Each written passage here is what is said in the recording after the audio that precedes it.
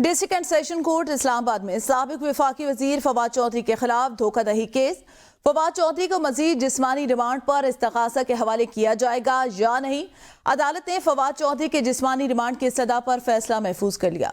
दौरान समाअत प्रोसिक्यूटर अदनान अली ने फवाद चौधरी के मजीद जिस्मानी रिमांड की इस्तदा कर दी। मजीद जानते हैं जमशेद कादिर से। जी जमशेद, आगाह कीजिएगा, फवाद चौधरी के रिमांड की इस्तदा।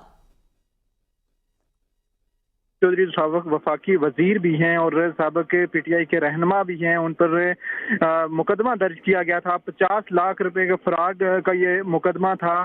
फवाद चौधरी का आज 2 रोजा जिस्मानी रिमांड मुकम्मल हुआ, जिसके बाद उन्हें जुडिशल मजिस्ट्रेट यासर महमूद के सामने पेश किया गया और प्रोसिक्यूशन की जानिब से मजीद 5 रोजा जिस्मानी रिमांड की इस्तदा की गई और बताया गया कि जो पिस्टल था वो बरामद करना है और पैसों के हवाले से भी अभी तहकीकात मुकम्मल नहीं हुई। फवाद चौधरी प्रोसिक्यूशन के साथ ताउन नहीं कर रहे, लिहाजा 5 रोजा मजीद जिस्मानी रिमांड मंजूर किया जाए, जिसकी फवाद चौधरी के वकला की जानिब से मुखालफत की गई और फवाद चौधरी को मुकदमे से डिस्चार्ज करने की इस्तदा की गई है। जिसके बाद अदालत ने अब फैसला महफूज कर लिया है। या फवाद चौधरी को मजीद जिस्मानी रिमांड मंजूर किया जाता है या उन्हें जुडिशल रिमांड पर जेल भेज दिया जाएगा।